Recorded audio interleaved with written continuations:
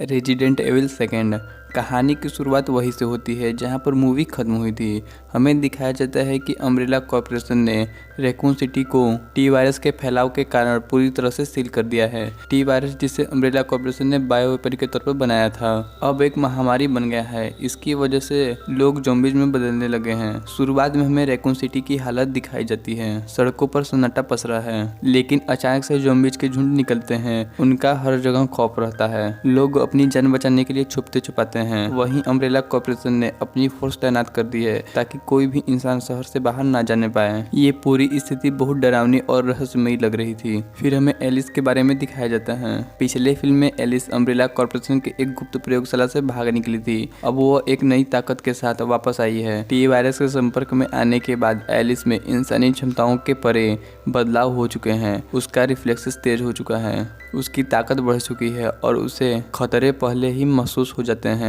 हालांकि उसके मन में एक ही सवाल रहता है, क्या वह इंसान भी है या फिर वायरस की वजह से कुछ और बन चुकी है। एलिस इस सवाल का जवाब तलाशने के साथ साथ शहर के बाहर निकलने का रास्ता ढूंढ रही है। अब अम्ब्रेला कॉर्पोरेशन के मुख्यालय में दिखाया जाता है कि उनकी योजना शहर को पूरी तरह से नष्ट करने की है। उनका मानना है कि ऐसा करने से वायरस ज्यादा नहीं फैलेगा। अम्ब्रेला कॉर्पोरेशन के वैज्ञानिक एक बड़े खतरे की तैयारी में लगे थे। यही हमें नेमेसिस प्रोजेक्ट के बारे में पहली बार बताया जाता है। नेमेसिस प्रोजेक्ट कोई आम ज़ॉम्बी नहीं है, बल्कि अम्ब्रेला द्वारा बनाया गया एक मॉन्स्टर है। ये इतना ताकतवर है कि ज़ॉम्बी और इंसान दोनों को खत्म करने के लिए तैयार किया गया था। अम्ब्रेला इसे टेस्ट करने के लिए शहर में उतारने की योजना बना रहा था। इसके बाद हमें इसके नए किरदार जिल वैलेंटाइन से मिलवाया जाता है। जिल रैकून सिटी के डिपार्टमेंट में एक सदस्य है। जब उसे पता चलता है कि वायरस ने शहर को अपनी चपेट में ले लिया है, खुद को तैयार कर लेती है। जिल एक बहादुर और आत्मनिर्भर महिला है। वह अकेले ज़ॉम्बीज का सामना करने के लिए निकल पड़ती है। हमें दिखाया जाता है कि वह कैसे पुलिस स्टेशन में घिरी रहती है और वहां से बड़ी मुश्किल से बाहर निकलती है। उसकी बहादुरी देखकर हमें एहसास होता है कि वह इस लड़ाई में एलिस के बराबर की साथी बनने वाली है। अम्ब्रेला कॉर्पोरेशन ने अपना प्राइवेट मिलिट्री फोर्स शहर में तैनात किया है। इन्हीं में से एक कॉलिस ओलिवेरा है। कॉलिस एक साहसी और जाबाज सैनिक है। शुरुआत में उसका मिशन अम्ब्रेला के आदेशों का पालन करना था, लेकिन जब वो देखता है कि अम्ब्रेला ने ही इस तबाही को जन्म दिया है, तो वह उनका विरोधी बनने का फैसला करता है। कॉर्लिस और उसकी टीम स्कूल में बचे हुए लोगों को बचाने की कोशिश करते हैं। पहली बार दिखाया जाता है कि अम्ब्रेला के सैनिक भी ज़ॉम्बीज के हमले से सुरक्षित नहीं है। कहानी यहीं से दिलचस्प हो जाती है, जहां पर अम्ब्रेला अपने सबसे खतरनाक हथियार नेमेसिस को एक्टिव कर देती है। नेमेसिस एक मॉन्स्टर है जिसे इंसान और ज़ॉम्बीज दोनों के खिलाफ लड़ने के लिए डिजाइन किया गया है। इसका लुक डरावना और लंबा भारी शरीर और हाथ में एक बड़ी गन। नेमेसिस को रैकून सिटी में छोड़ दिया जाता है और फिर उसका मकसद होता है एलिस और अन्य बचे हुए लोगों को खत्म करना। उसकी ताकत इतनी ज़्यादा होती है कि वह अकेले ही कई ज़ॉम्बीज और इंसानों को मार देता है। अब तक कहानी में हम यह देखते हैं कि एलिस, जिल और कॉर्लिस को एक समस्या का सामना करना पड़ रहा है। शहर से कैसे बचा जाए। अम्ब्रेला कॉर्पोरेशन ने शहर के सभी एग्जिट बंद कर दिए हैं और कोई भी भागने की कोशिश करता है तो उसे या तो ज़ॉम्बीज मार देते हैं या अम्ब्रेला के सैनिक। यहीं से कहानी खतरनाक मोड़ ले लेती है। एलिस और उसकी टीम को न सिर्फ ज़ॉम्बीज से बचना है, बल्कि नेमेसिस और अम्ब्रेला के साजिश का भी सामना करना है। अम्ब्रेला कॉर्पोरेशन ने वायरस को रोकने की हर संभव कोशिश की, लेकिन उसकी रणनीतियां नाकाम हो जाती हैं। अब शहर पूरी तरह से ज़ॉम्बीज के कब्जे में है। हमें दिखाया जाता है कि रैकून सिटी की सड़कों पर सिर्फ तबाही का मंजर है। जहां कभी लोग आराम से अपनी रोजमर्रा की जिंदगी जीते थे, अब वही खौफ का माहौल बना रहता है। सड़कों पर जलती हुई गाड़ियां, टूटी हुई बिल्डिंग्स और चारों तरफ ज़ॉम्बीज घूमते नजर आते हैं। अम्ब्रेला ने शहर को क्वारंटाइन जोन में बदल दिया है। बाहर निकलने वाले हर रास्ते को ब्लॉक कर दिया है। यहाँ तक कि शहर की बाउंड्री पर तैनात सैनिक किसी को भी जिंदा नहीं छोड़ते। अम्ब्रेला का एक ही मकसद था, इस वायरस को शहर के बाहर फैलने से रोकना, चाहे इसके लिए पूरे शहर को तबाह ही क्यों न करना पड़े। एलिस को अब एहसास होता है कि अगर उसने जल्दी कुछ नहीं किया तो वह भी इस तबाही का हिस्सा बन जाएगी। हमें दिखाया जाता है कि एलिस एक बार फिर अम्ब्रेला के खिलाफ खड़ी होने का फैसला करती है। वह कुछ बचे हुए लोगों से मिलती है, जिनमें जिल वैलेंटाइन और कॉर्लिस ओलिवेरा शामिल है। शुरुआत में ये सभी लोग अलग अलग रास्तों पर चलते हैं, लेकिन हालत उन्हें एक साथ आने पर मजबूर कर देती है। जिल, जो कि पुलिस स्टेशन से भागने के बाद खुद के लिए सुरक्षित जगह ढूंढने की कोशिश कर रही थी। तभी वो चर्च में ज़ॉम्बीज से घिर जाती है। तभी एलिस की एंट्री होती है।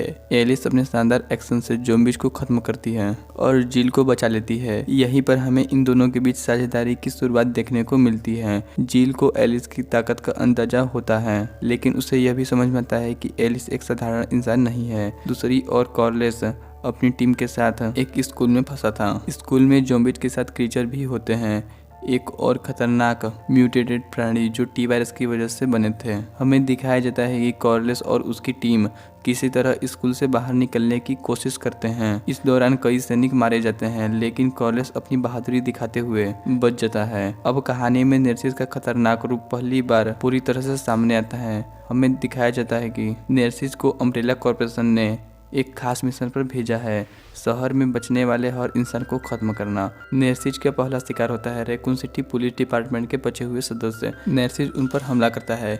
उसकी ताकत का अंदाजा इस बात से लगाया जा सकता है कि वह अकेले ही पूरे पुलिस स्टेशन को तबाह कर देता है। फिल्म का यह हिस्सा बहुत ही रोमांचक होता है जब एलिस और नेर्सिस पहली बार आमने सामने आते हैं। एक सुनसान सड़क पर एलिस को नेर्सिस का सामना करना पड़ता है। हमें दिखाया जाता है कि नेर्सिस एलिस से ज्यादा ताकतवर है। दोनों के बीच जबरदस्त लड़ाई होती है, लेकिन एलिस बड़ी मुश्किल से वहां से बचकर निकलती है। यह सीन दर्शकों को फिल्म में बांध कर रखता है, क्योंकि यह पहली बार है जब एलिस को अपनी सीमाओं का एहसास होता है। दूसरे हिस्से के अंत में एलिस, जिल और कॉर्लिस एक प्लान बनाते हैं कि सैनिक को चकमा देकर शहर से बाहर निकलना, लेकिन उन्हें पता चलता है कि अम्ब्रेला ने शहर के चारों ओर इतना सख्त सुरक्षा घेरा बना दिया है कि भागना आसान नहीं होगा। फिर भी ये लोग हार नहीं मानते। उनका मानना रहता है कि वे अम्ब्रेला के खिलाफ मिलकर लड़ेंगे तो शायद उन्हें एक मौका मिल सकता है। जैसे जैसे कहानी आगे बढ़ती है, अम्ब्रेला कॉर्पोरेशन की असली साजिश के बारे में गहराई से पता चलता है। ये सिर्फ एक वायरस का मामला नहीं है, ये उस अमानवीय शक्ति का भी सवाल है जो अम्ब्रेला ने अपने लाभ के लिए इस्तेमाल कर रही है। अम्ब्रेला ने नेमेसिस को सिर्फ ज़ॉम्बीज से लड़ने के लिए नहीं, बल्कि इंसानों को अपना बायो वेपन की ताकत साबित करने के लिए भी बनाया था। हमें दिखाया जाता है कि नेमेसिस को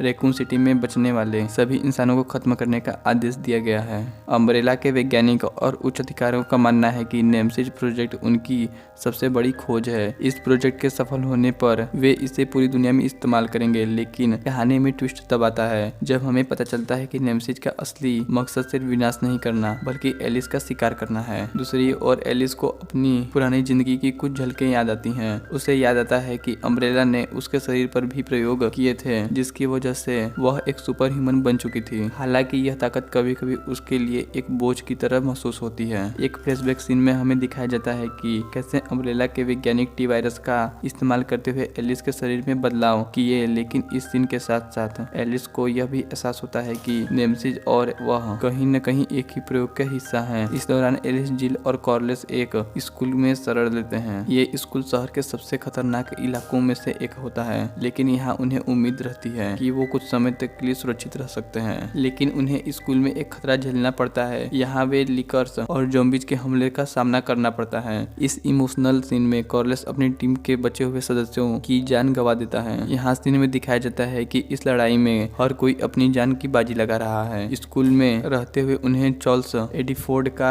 एक वीडियो मैसेज मिलता है। डॉक्टर एस्फोर्ड वही वैज्ञानिक है जिन्होंने टी वायरस को खोजा था, लेकिन वह अम्ब्रेला के खिलाफ काम कर रहे थे। डॉक्टर एस्फोर्ड उन्हें बताते हैं कि उनकी बेटी एंजेला भी रैकून सिटी में कहीं है। वह एलिस और उसकी टीम से मदद मांगते हैं। बदले में वह उन्हें शहर से बाहर निकलने का रास्ता बताने का वादा करते हैं। एंजेला एक छोटी बच्ची थी जो अपने स्कूल में छुपी रहती है। उसे अम्ब्रेला के सैनिक और ज़ॉम्बीज दोनों से खतरा रहता है। एलिस पूरी प्रक्रिया के दौरान हमें दिखाया जाता है कि अम्ब्रेला कॉर्पोरेशन इन सब पर निगरानी कर रहा है। उनकी टीम पर वीडियो कैमरे के जरिए हर मूवमेंट ट्रैक कर रही है। यहीं से पता चलता है कि अम्ब्रेला इन लोगों को सिर्फ बचने नहीं दे रहा, बल्कि उनके हर कदम का अध्ययन कर रहा है।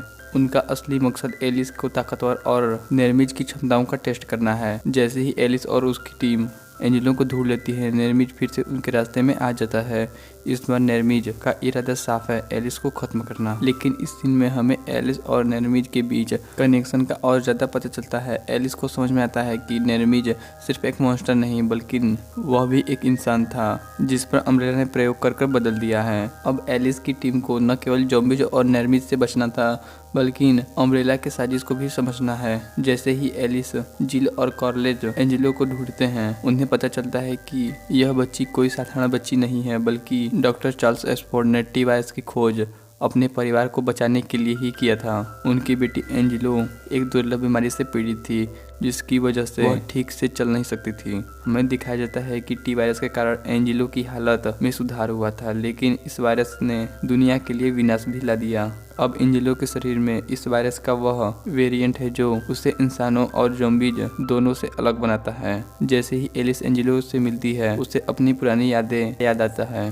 दोनों के बीच एक भावुक रिश्ता बन जाता है, क्योंकि एलिस समझती है कि एंजेलो भी उसी दर से गुजर रही है जिससे वो खुद गुजर रही है। अम्ब्रेला कॉर्पोरेशन को जैसे ही पता चलता है कि एंजेलो सुरक्षित है, वे उसे वापस पाने के लिए अपनी फोर्स भेजते हैं। स्कूल में एक बड़ा एक्शन सीन होता है, जहाँ अम्ब्रेला के सैनिक, लिकर्स और ज़ॉम्बीज तीनों एलिस और उसकी टीम को घेर लेते हैं। एलिस, जिल और कॉर्लिस को एहसास होता है कि अगर वो यहाँ से ज्यादा देर रुके तो वे जिंदा नहीं बचेंगे। एक जबरदस्त लड़ाई के बाद वे स्कूल से बाहर निकलने का रास्ता ढूंढते हैं। इस दौरान एलिस अपने सुपर ह्यूमन स्किल का इस्तेमाल करती है। हमें उसके जबरदस्त एक्शन सीन देखने को मिलते हैं, जहाँ पर अकेले अम्ब्रेला के कई सैनिकों को हराती है। जिल और कॉर्लिस उसे कवर करते हैं, जबकि एंजेलो छुपकर सुरक्षित रहने की कोशिश करती है। जैसे ही टीम स्कूल से बाहर निकलती है, उन्हें पता चलता है कि अम्ब्रेला ने शहर को नष्ट करने की घड़ी सेट कर दी है। एक न्यूक्लियर बम रैकून सिटी पर गिराया जाने वाला है, जिससे शहर पूरी तरह से मिट जाएगा। अब कहानी और तेज हो जाती है। टीम को न केवल अपनी जान बचानी है, बल्कि यह भी तय करना है कि वे इस साजिश से कैसे बचेंगे। जैसे ही वे स्कूल से बाहर आते हैं, नेरमिज एक बार उनके सामने आता है। इस बार लड़ाई और खतरनाक होती है। एलिस को पता चलता है कि नेरमिज वही इंसान है जिसे कभी वो जानती थी, मतलब कि मेट। नेरमिज उसका पुराना साथी मेट था। यह सीन बहुत भावुक हो जाता है, क्योंकि एलिस को एहसास होता है कि नेरमिज भी उसी प्रयोग का शिकार है जिससे वो खुद बच निकली थी। एलिस, जिल और कॉर्लिस अब डॉक्टर एस्फोर्ड के बताए हुए रास्ते पर चलते हैं। उन्हें पता चलता है कि शहर से बाहर निकलने के लिए एक ही रास्ता है, अम्ब्रेला के हेलीकॉप्टर का इस्तेमाल करना। लेकिन यह इतना आसान नहीं था। टीम को एहसास होता है कि एंजेलो सिर्फ एक बच्ची नहीं, बल्कि वह अम्ब्रेला के खिलाफ लड़ाई में एक अहम कड़ी है। उसके शरीर में वह एंटीवायरस है जो इस तबाही को रोक सकता है। एलिस, जिल, कॉर्लिस और एंजेलो मिलकर अम्ब्रेला कॉर्पोरेशन के खिलाफ लड़ाई की योजना बनाते हैं। इस हिस्से में हमें एक्शन, इमोशन और बड़े खुलासे का बेहतरीन मिश्रण देखने को मिलता है। जैसे ही टीम को पता चलता है कि अम्ब्रेला ने शहर को नष्ट करने के लिए न्यूक्लियर बम तैनात किया है, उसके पास समय बहुत कम बचा है। डॉक्टर एस्फोर्ड वीडियो कॉल के जरिए बताते हैं कि उसके पास केवल कुछ ही घंटे हैं। डॉक्टर एस्फोर्ड उन्हें यह भी बताते हैं कि बम गिरने का मकसद न केवल शहर को खत्म करना है, बल्कि इस तबाही के सबूत मिटा भी देना है। अम्ब्रेला किसी भी कीमत पर अपनी छवि को खराब नहीं होने देना चाहता। डॉक्टर एस्फोर्ड टीम को एक गुप्त हेलीकॉप्टर के बारे में जानकारी देते हैं, जो रैकून सिटी के एयरपोर्ट पर तैनात है। यह हेलीकॉप्टर उनके लिए शहर से बाहर निकलने का एकमात्र रास्ता है। टीम एयरपोर्ट की ओर बढ़ती है, लेकिन रास्ते में उन्हें अम्ब्रेला के सैनिक और ज़ॉम्बीज का सामना करना पड़ता है। यह सीन फिल्म का सबसे रोमांचक हिस्सा बन जाता है, जहां हमें जबरदस्त एक्शन और टीम वर्क देखने को मिलता है। जैसे ही टीम एयरपोर्ट पर पहुंचती है, नेरमिज एक बार फिर उनके रास्ते में आ जाता है, जहां पर हमें पता चलता है कि नेरमिज, जो पहले सिर्फ मॉन्स्टर लगता था, उसके अंदर भी इंसानियत बची है। लड़ाई के अंत में नेरमिज अपने शरीर की इंसानियत को पहचान लेता है। वह अम्ब्रेला के सैनिकों पर हमला करता है और टीम को बचने का मौका देता है। टीम हेलीकॉप्टर पर सवार हो जाती है, लेकिन अम्ब्रेला ने उन्हें रोकने के लिए अपने सभी संसाधन तैनात कर दिए हैं।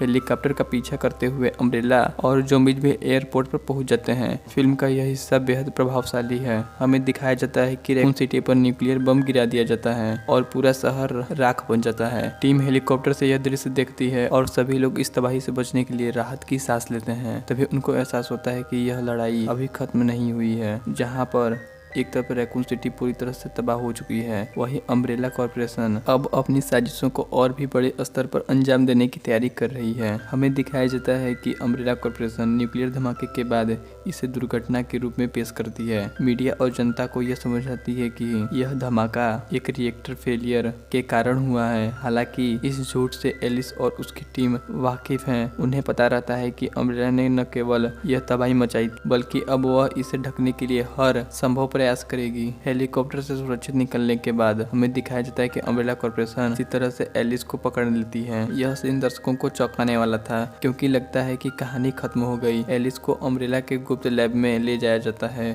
वहाँ पर हम देखते हैं कि अम्ब्रेला के वैज्ञानिक उस पर और प्रयोग करना चाहते हैं। उनकी योजना रहती है कि एलिस को शक्तियों का इस्तेमाल करके एक और खतरनाक बायो वेपन बनाया जाए। इस बीच जिल, कॉलेज और एंजेलो जो कि बचने में कामयाब होते हैं, एलिस को बचाने की योजना बनाते हैं। वे जानते हैं कि अम्ब्रेला को हराने का एकमात्र तरीका यही है कि वे उनके सीक्रेट लैब पर पहुंचे और वहां से एलिस को छुड़ाएं। अम्ब्रेला के लैब में एलिस को उसके अंदर नई शक्तियों का एहसास होता है। उसे समझ में आता है कि उसके शरीर में कुछ बदलाव उसे इंसान और ज़ॉम्बीज दोनों से अलग बनाते हैं। इस इमोशनल सीन में एलिस अपनी पुरानी दोस्तों और जिंदगी को याद करती है। उसे एहसास होता है कि अब उसकी जिंदगी एकमात्र मकसद है अम्ब्रेला को रोकना और दुनिया को उनके चंगुल से बचाना। जैसे ही जिल एलिस तक पहुंचती है, हमें एक बड़ा ट्विस्ट देखने को मिलता है। एलिस खुद ही अपनी शक्तियों का इस्तेमाल करके लैब से बाहर निकलने में कामयाब हो जाती है। इस दिन में दर्शकों को दिखाया जाता है कि अब एलिस पहले से भी ज़्यादा मजबूत और खतरनाक हो चुकी है।